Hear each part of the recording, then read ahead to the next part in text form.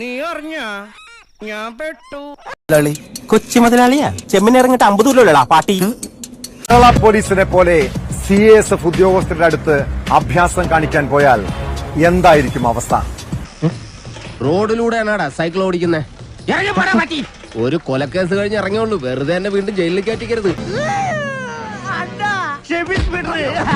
മുൻപ് കൊച്ചിയിൽ പോലീസ് സ്റ്റേഷനിൽ പേക്കൂത്ത് കാണിച്ച പോലെ നീ എനിക്കെതിരെ സാക്ഷി പറയുമല്ലടാ. ധൈര്യം ഉണ്ടെങ്കിൽ ഇറങ്ങി വാടാ, ഇല്ലെങ്കിൽ ഞാൻ അങ്ങോട്ട് വരാടാ.